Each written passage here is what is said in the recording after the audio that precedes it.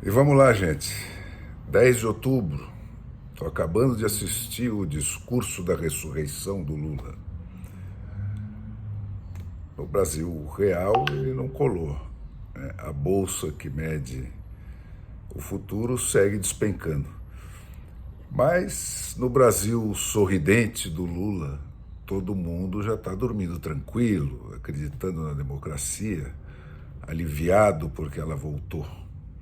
Não tem ninguém preso, não tem ninguém censurado, não tem deputado cassado, não tem ninguém eleito sem rede, não tem ninguém desmonetizado, não tem ninguém pensando duas vezes antes de abrir a boca. E não tem ninguém na rua pedindo para ser salvo dessa felicidade toda.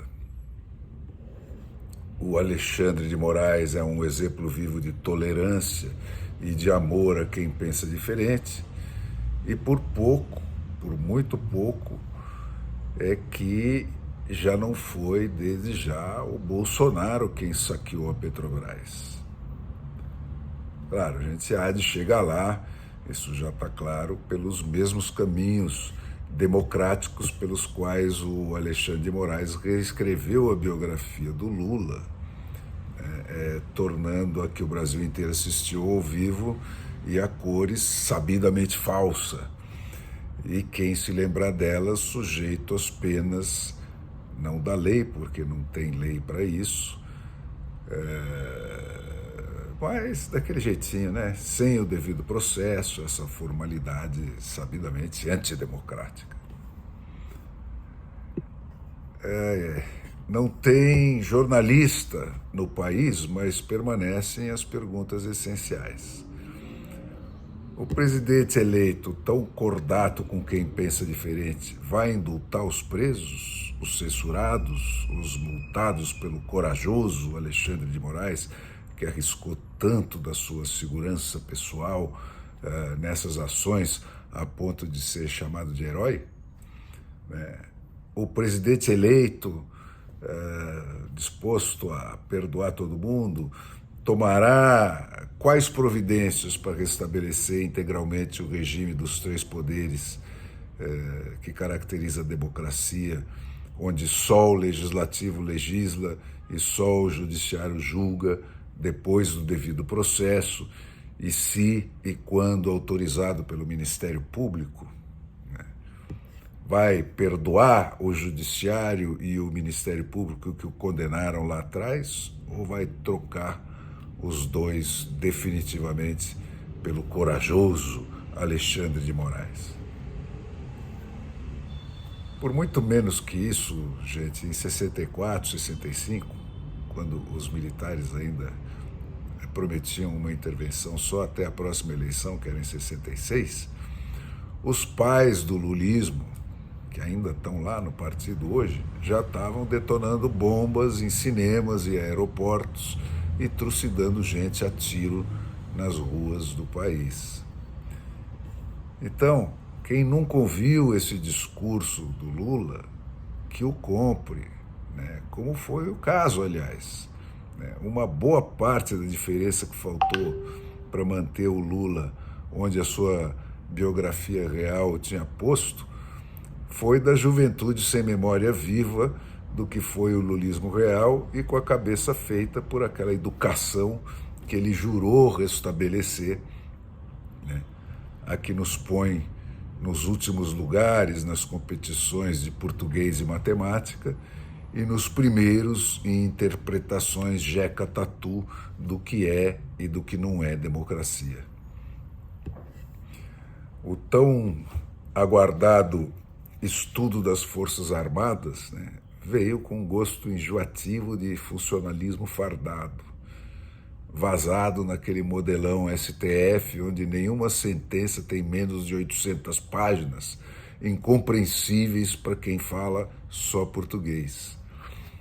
Aquele velho esquema que vem desde os tempos em que as Bíblias, que ninguém podia ler, ficavam trancadas e só o que circulavam eram as versões com que os padres e os vendedores de indulgências traduziam a palavra de Deus para os analfabetos. E tudo para dizer o que todo mundo já sabia, que as urnas do Dr. Barroso, assim como as do Pentágono, as do Sistema Internacional de Controle de Voo e as do Sistema Financeiro Internacional, que protegem todo o dinheiro do mundo, não são invulneráveis, né?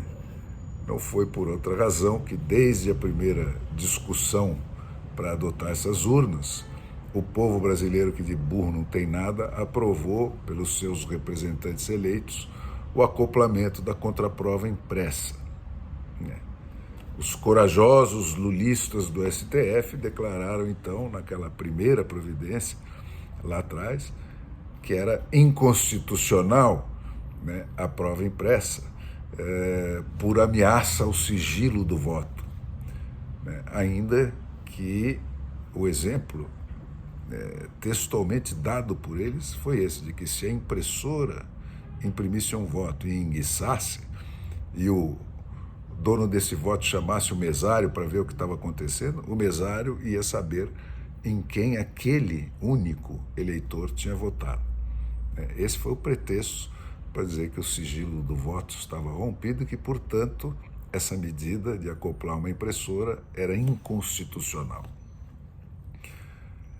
Na segunda vez, depois que esse argumento foi descartado pelas ideias de transformar o voto não num voto escrito em português, mas num QR Code, né, ou impor esse voto dentro de uma impressora fechada que já depositava automaticamente esse voto numa urna, sem nenhum manuseio no caminho, né, veio apenas o voto da corajosa Dilma, né, o veto, né, vetou. Não vamos fazer porque não dá, né. A desculpa era que não havia, para esse mesmo pessoal que está pedindo agora 200 bi livres do teto só para abrir o jogo do novo governo, não havia 1.300 bi para acoplar as impressoras às urnas. Bom, mas quem que se importa com a urna, né?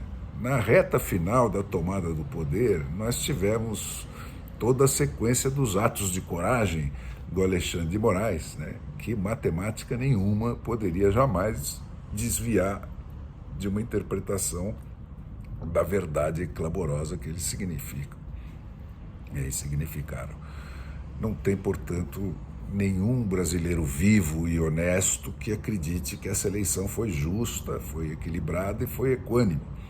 Assim como não tem nenhum brasileiro com idade para testemunhar a biografia real do Lula que acredite na sinceridade, nas boas intenções e na tolerância dele para com quem pensa diferente do seu PT, né? E não de qualquer outro PT, porque nem isso ele admite dissidências dentro do PT, né? São punidas drasticamente com a expulsão sumária. O que há é metade do Brasil que acredita que lucrou com a fraude e outra metade. Fraude, eu digo, essas manipulações todas, né, que são muito maiores do que uma fraude que pudesse ter sido feita só com desvio na máquina, como pode ter sido feita, né? Então, o que tem hoje é metade do Brasil que acredita que lucrou com a fraude e outra metade que sabe que foi lesado com ela. Mas não tem ninguém que acredite que não aconteceu nada de anormal, né? Porque o Brasil, afinal de contas, definitivamente não é um país de imbecis, é só um país corrupto, né? Onde a imprensa de manada é a primeira que não acredita naquilo que escreve, né? E agora, lá vai o nosso presidente, afinado com o establishment internacional, conversar em um dia com todos os dirigentes europeus que boicotavam o Bolsonaro. Os mesmos que, com mais a inteligência toda e os artistas que vivem à sombra do Estado desde sempre, aplaudiram e badalaram todos os genocidas do século XX, do Stalin ao Mao Tse-tung, passando pelo Pol Pot, que trucidou 1/3 da população do Camboja, né? E outros menos votados. Eles sempre aplaudiram e apoiaram e sustentaram essa gente, matando até que a matança quase afogasse o mundo em sangue e se tornasse impossível escondê-la por mais algum minuto.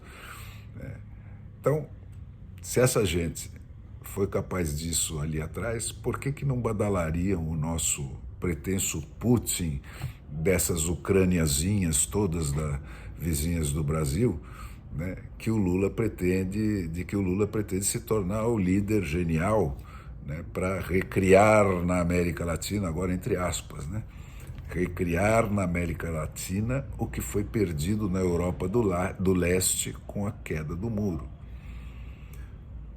Isso consta do discurso de inauguração do Foro de São Paulo, que é uma criação do Lula junto com o Fidel Castro. De modo, gente, que, olha, haja saco, né? E antes se tratasse só de saco.